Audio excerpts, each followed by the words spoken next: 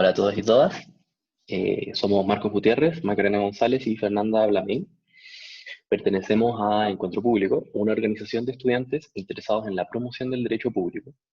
A propósito de la Escuela Constituyente del CED, vamos a explicar de forma concisa el principio de subsidiariedad. Comenzaremos por dar una aproximación al concepto de subsidiariedad y sus orígenes como principio, para luego pasar a dar una explicación dogmática de este y terminar con sus principales críticas, comentando de igual manera el concepto de orden público económico y la interpretación que ha dado el Tribunal Constitucional de la subsidiariedad. Bueno, como concepto, la subsidiariedad tiene un origen en la filosofía aristotélica y que luego fue desarrollada en el trabajo de los filósofos medievales católicos, en particular por Tomás de Aquino. La idea es la preeminencia de la capacidad de las personas de organizarse para satisfacer sus necesidades. Ya en Aristóteles se evidencia la idea de que una persona no puede sobrevivir por sí sola ni satisfacer todas sus necesidades por sí sola, sino que se reúne en grupos mayores con el fin de resolver sus distintos problemas, llegando a formar una ciudad como una forma de organización política, de la cual nace la idea de ciudadano. Esta es la idea del animal político, ¿no? Que se reúne en la ciudad. Luego, Tomás de Aquino recoge esta idea y la adapta a la luz del cristianismo. En efecto, el ciudadano pasa a ser la persona cristiana.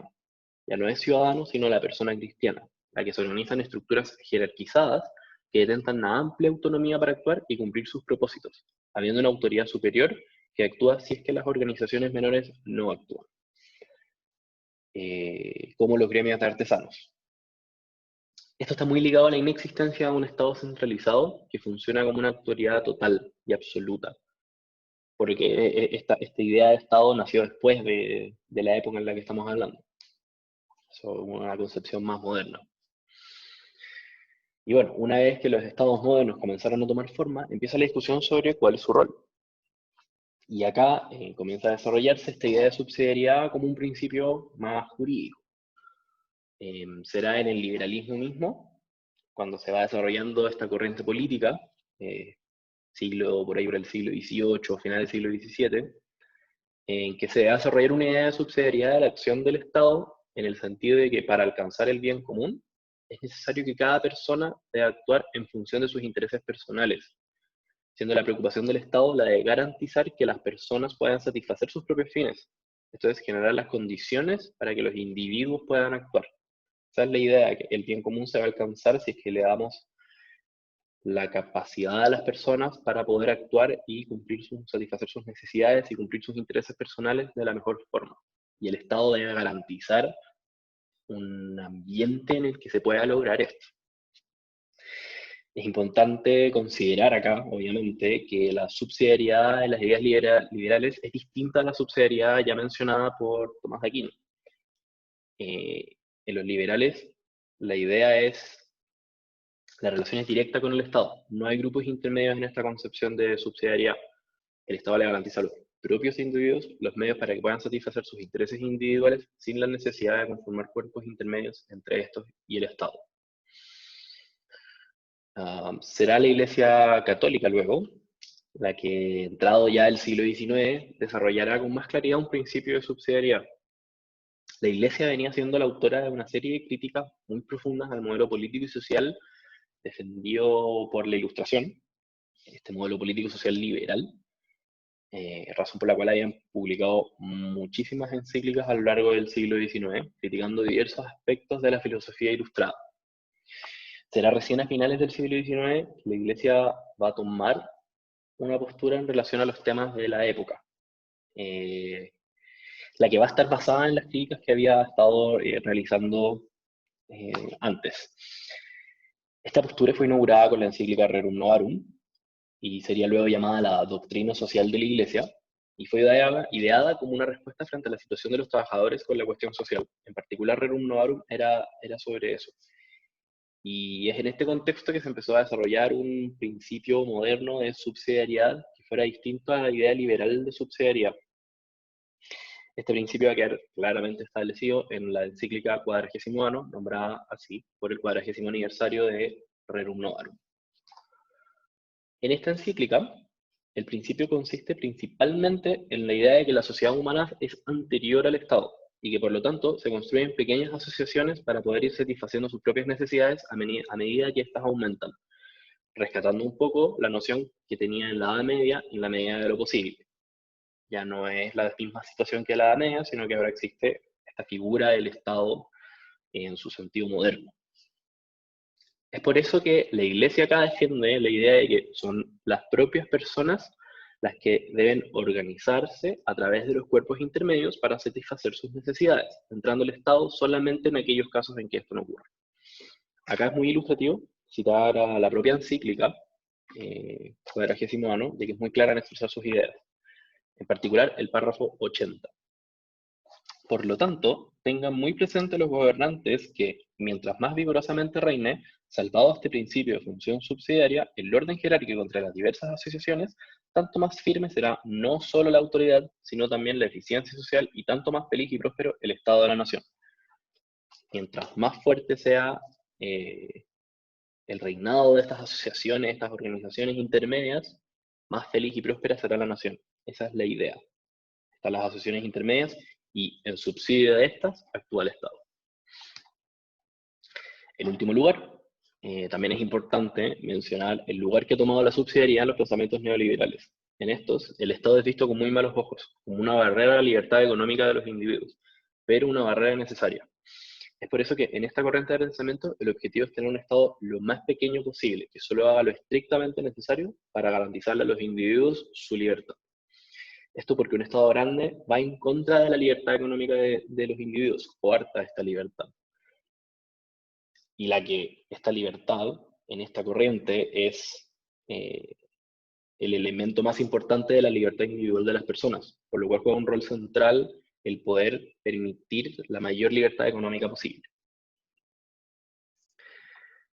Desde un punto de vista más dogmático, como principio, aunque el principio de subsidiariedad no se encuentra consagrado de forma explícita en la Constitución, tradicionalmente se ha entendido que está plasmado en los artículos 1, inciso 2 y 19, número 21 de esta, siendo el primero referente a la autonomía de los grupos intermedios y el segundo a la libertad privada en materia económica y a la actuación del Estado en actividades empresariales.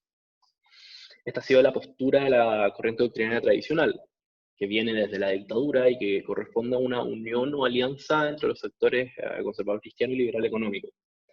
Esta alianza está amparada en las posturas ya mencionadas de la subsidiariedad desde un punto de vista católico y desde un punto de vista liberal económico, que quieren limitar la actividad del Estado y propiciar la actividad privada. Una justificación de este principio se encontraría en la naturaleza de la persona humana, la que pondría a la persona humana en la relación de supremacía en cuanto al Estado. En este sentido, Fernando A., un gran exponente de esta corriente, de esta postura respecto al principio de subsidiariedad, vuelve a los postulados de la Iglesia Católica, los que ya mencioné, para darle sustento a su principio, afirmando haciendo un análisis de la encíclica papal Quadragésimo Anno, de la cual afirma que se pueden desprender los principios en los cuales la subsidiariedad encuentra su justificación. Al respecto, Fernando plantea que cada sociedad se rige por la idea de la autonomía en miras a conseguir su fin propio y específico. Se afirma que debe negarse al Estado la incursión o invasión en aquellas áreas propias de los particulares, los grupos intermedios y sociedades menores. En tanto, el Estado surge para realizar aquellas actividades que los particulares y grupos intermedios no pueden realizar por sí solos. No está el Estado para incursionar en las actividades que estos sí pueden realizar. Esas actividades deben ser realizadas, obviamente, por ellos. Siguiendo esta idea, se señala que, obviamente, hay actividades que son indelegables, que son naturales al Estado, que lo justifican, como la defensa nacional, las relaciones exteriores y la regulación normativa de las sociedades intermedias entre sí, por ejemplo. Y también hay actividades subsidiarias del Estado, que corresponden a aquellas que, pudiendo ser desarrolladas por los particulares, deben ser asumidas por el Estado debido a que estos no quieren o no pueden asumirlas de manera satisfactoria. Respecto a estas actividades subsidiarias, se plantea que existen requisitos copulativos que las habilitan y justifican la intervención del Estado en estas materias. Son propias de los particulares y de los grupos que componen la sociedad. Hay un énfasis en eso. Estos requisitos son que se debe tratar de actividades, fines o bienes particulares claramente convenientes para el bien común general. que los particulares no estén logrando un nivel adecuado en dichos fines particulares, o no exista presencia de particulares que se hayan propuesto alcanzar estos fines. Y tercero, que el Estado haya agotado todos los esfuerzos para que los particulares asumieran tales actividades. Solo cumpliéndose estos requisitos el Estado puede actuar, y aún así, en estos casos, debe estimular constantemente la participación de los particulares en dicha actividad y cesar la intervención al momento en que estos asuman dichas actividades a un nivel compatible y aceptable para el bien común general. De esto viene la idea de que es la subsidiariedad de la actuación del Estado. El Estado actúa cuando los privados no lo hacen y solo mientras los privados no lo hagan. Esta línea doctrinaria ha tenido un lugar hegemónico desde la aparición de la Constitución del 80, pero eso no significa que se encuentre exenta de críticas. En este sentido, y como vamos a explicar más tarde, han aparecido diversas posturas que plantean formas diferentes de entender este principio, que incluso han planteado su inexistencia en la misma Constitución, proponiendo distintas formas de entender las relaciones entre el binomio persona-sociedad-Estado y estructurar la lógica de acción del Estado empresario y el Estado en la economía, y sobre si la Constitución en sí establece una específica política o rol del Estado en la economía. Otro aspecto importante a señalar es que este principio se desdobla en una fase negativa y otra positiva. La fase negativa consiste en la abstención del Estado, en tanto este debe limitar su actuar en aquellos campos propios de los particulares y grupos intermedios. La autonomía, la supremacía del ser humano por sobre el Estado y la libre iniciativa en el ámbito económico son presupuestos de esta faceta del principio de subsidiariedad. Por otro lado, la dimensión positiva implica la intervención y accionar del Estado en miras al bien común en aquellas áreas o actividades que los particulares no quieren o no pueden realizar al nivel óptimo necesario. En nuestro escenario jurídico, diversas voces han criticado que la interpretación que de manera tradicional se ha dado al principio de subsidiariedad se enfoca principalmente en su fase negativa, resultando en la disminución y debilitamiento del Estado y en la privatización de decisiones públicas al entregar a los privados un campo de acción demasiado amplio. En efecto, en las últimas décadas se han acrecentado las críticas a la postura doctrinaria y jurisprudencial hegemónica, postulando maneras diferentes de entender este principio. Dichas características se sustentan en diferentes argumentos, siendo necesario aclarar que no existe unidad y homogeneidad entre ellas, surgiendo diferentes razones, proposiciones y soluciones. En general, la mayoría de ellas reconoce la existencia del principio de subsidiariedad en la Constitución chilena, proponiendo algunos una reinterpretación del mismo y otros abiertamente su supresión de la esfera constitucional chilena. Con todo, existe una postura minoritaria que niega su presencia en la Carta Magna y apunta a nuevas lógicas de entendimiento, acción y límites entre el Estado y los grupos intermedios de la sociedad civil. En línea con lo anterior, el Tribunal Constitucional también se ha pronunciado respecto al principio de subsidiariedad en oportunidades como las siguientes. En primer lugar, señaló en su sentencia número 352 que, de acuerdo con el principio de subsidiariedad, el Estado no le corresponde absorber aquellas actividades que son desarrolladas adecuadamente por los particulares, ya sea personalmente o agrupados en grupos intermedios. Ello se debe entender sin perjuicio de aquellas que, por su carácter, ha de asumir el Estado. También, respecto a su aplicación en materia económica, en la sentencia de inaplicabilidad por inconstitucional, rol número 467 del año 2016, en su considerando 14, el Tribunal Constitucional ha manifestado que, dentro de la filosofía económica que se expresa en la norma constitucional contenida en el inciso segundo del artículo 19, numeral 21, excepcionalmente puede el Estado desarrollar actividades empresariales autorizadas por ley de quórum calificado, siendo en todo caso la regla general que ellas queden entregadas a la acción de los particulares. Se trata entonces de una perspectiva que es consecuencia del principio de subsidiariedad considerado en el artículo 1 de la Carta Fundamental. A la hora de debatir en relación al principio de subsidiariedad durante el proceso constituyente, no se debe perder de vista que la visión que se mantiene en Chile no es unívoca a nivel comparado. En efecto, existen diferentes concepciones de la subsidiariedad que plantean lógicas radicalmente diferentes a la nacional. En este sentido, Rodrigo Vallejos, en su artículo de la Constitución Económica Chilena, un ensayo en deconstrucción, hace una comparación entre las concepciones chilenas y europeas del principio de subsidiariedad que rige la relación entre la Unión Europea y sus Estados miembros, explicando que la perspectiva europea apunta a que las decisiones colectivas sean tomadas por instituciones ubicadas lo más cerca posible a los potenciales afectados por las mismas, promoviendo la autogestión comunitaria. En efecto, el autor afirma que, mientras para la concepción chilena su epítome sería el ideal de un mercado perfecto operando solo con jueces civiles y criminales, que amparen las garantías de integridad personal y patrimonial, para la concepción europea su grado máximo de realización sería la municipalización de las decisiones, o mejor aún, su adopción por una junta de vecinos si fuera el caso. Así, la concepción europea promueve erradicar las decisiones acerca de los asuntos públicos en alguna institución que, con grados mínimos de legitimidad, pueda considerarse como representante del interés general comprometido, sin que jamás implique someter la racionalidad política del colectivo a la racionalidad individualista del homus economicus. En este mismo marco de ideas, Martín Ló Rodríguez, en su artículo La disciplina constitucional del principio de subsidiariedad en Italia y Chile, habla de las distintas acepciones del principio de subsidiariedad que se encuentran plasmadas en la Constitución italiana, afirmando que en ella es posible encontrar una subsidiariedad vertical, tanto constitucional como administrativa, que en la práctica se manifiestan en que a la hora de determinar la atribución de funciones y competencias se debe dar preferencia a aquellos organismos que se encuentren más cerca de los ciudadanos, para que estos puedan involucrarse en la adopción de las decisiones que son competencias de estos organismos. Así, podemos observar lógicas diametralmente diferentes a la predominante en Chile, que pueden resultar interesantes en el debate constitucional. Mientras en nuestro país el principio de subsidiariedad se materializa en una especie de garantía de no intervención estatal y privatización de las decisiones públicas, en otros sistemas jurídicos este es entendido en términos más democráticos, tendientes a erradicar la toma de decisiones de forma más cercana a la ciudadanía y los diferentes grupos intermedios afectados.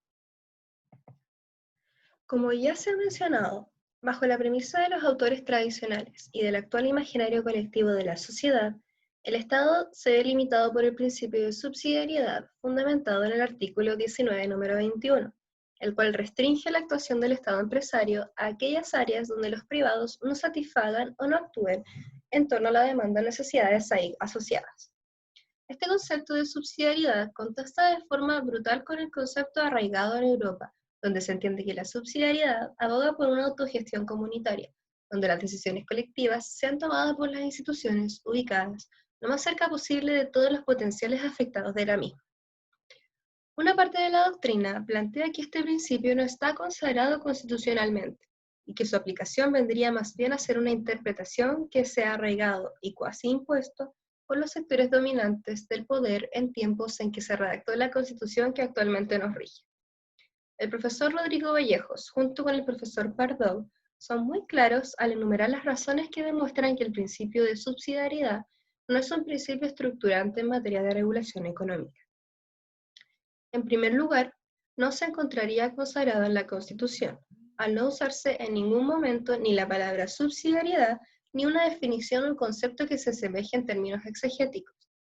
En segundo lugar, el artículo 19, número 21, donde supuestamente se consagra el principio, funciona bajo la estructura de una regla y no de un principio.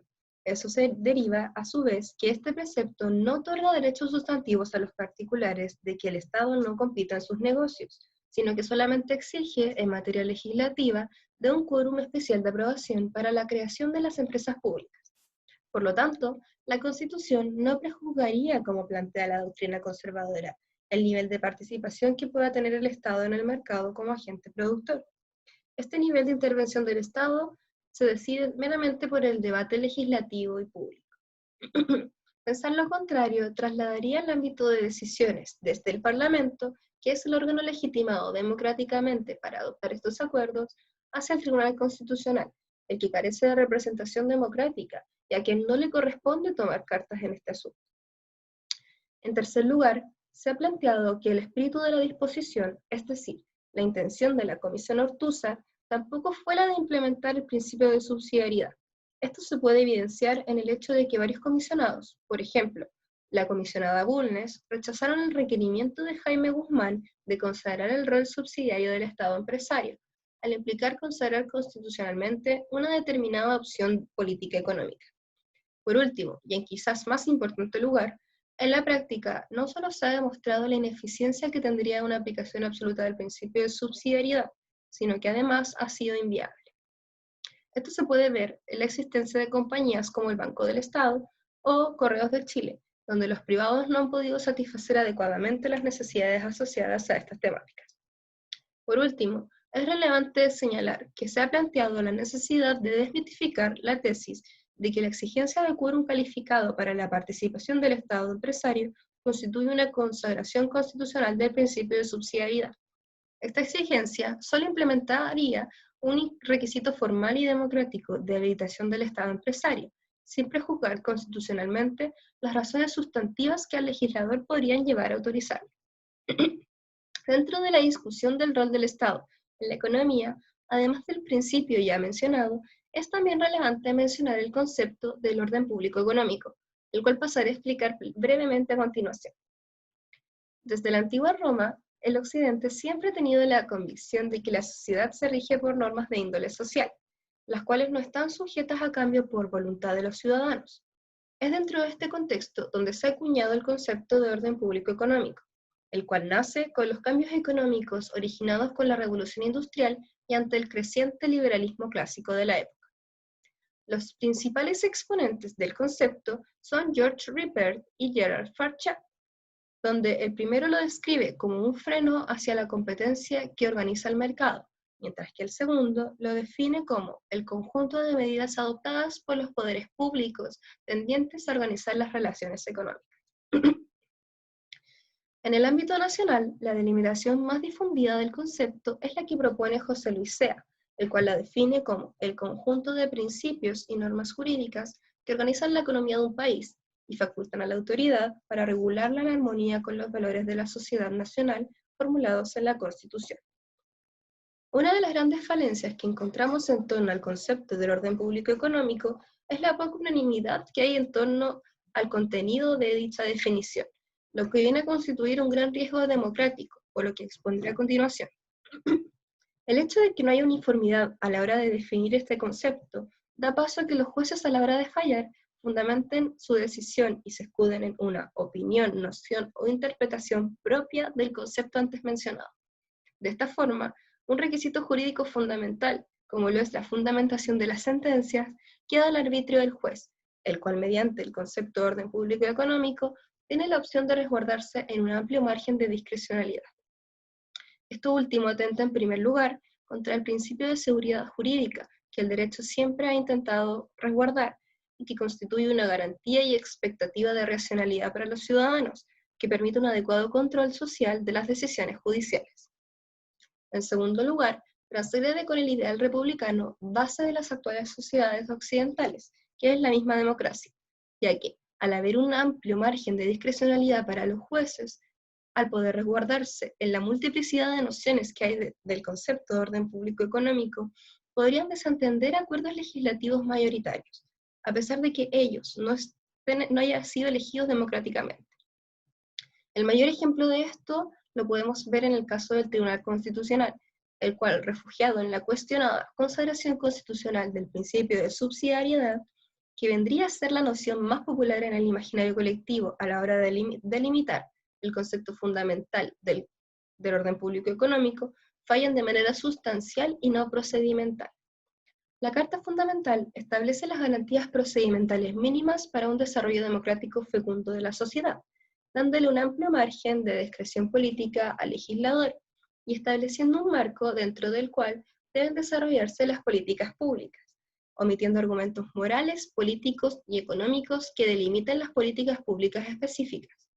Es inconcebible, por tanto, que se trasladen decisiones políticas del Parlamento a órganos de control de constitucionalidad, los cuales carecen de representación democrática, con el mero argumento de que el contenido del orden público económico está compuesto por la consagración constitucional del principio de subsidiariedad. La consecuencia de lo anterior es el funcionamiento y la desnaturalización del Tribunal Constitucional como un órgano político y no como un órgano jurisdiccional. Así, el criterio a la hora de fallar es uno de índole sustantiva y no procedimental, dando paso a argumentos políticos y económicos que la Constitución no consagra y los cuales se fundamentan en un concepto de orden público económico cuya piedra angular es una interpretación ideológica errada del rol del Estado empresario. Por lo anterior, es que cierta parte de la doctrina plantea que los órganos constitucionales deberían velar por una política deliberativa, es decir, La preocupación debería ser que el proceso de producción de normas se efectúe en espacios de discusión pública y condiciones procedimentales adecuadas, donde se respeten los valores constitucionales de libertad, igualdad, democracia y derechos humanos. Al Tribunal Constitucional, por tanto, no le corresponde juzgar los resultados del proceso discursivo político, sino que se hayan respetado en el proceso legislativo, tanto los derechos constitucionales como las normas de procedimiento y organización que establece la Constitución. En este sentido, se ha considerado que en el marco del concepto de orden público económico, se debe reemplazar su función de control constitucional sustantivo por uno de control constitucional procedimental, donde como finalidad se encuentre el enjuiciar condiciones procedimentales del proceso de producción de normas jurídicas, ateniéndose a que se respeten los valores y principios que de ella emanan en los espacios de política deliberativa y legislativa. De esta forma, se evitaría captar la Constitución por una visión política particular y se mantendría el concepto de orden público económico como uno neutro y con parámetros republicanos y democráticos. En consecuencia, los órganos constitucionales no podrían prejuzgar o atender a nociones del orden público económico que más les acomoden ideológicamente a la hora de fallar, ya que su única labor sería enjuiciar, en torno a parámetros democráticos y objetivos, el orden público económico, cosas de índole procedimental, mitigando la actual labor exacerbadamente política y antidemocrática que posee.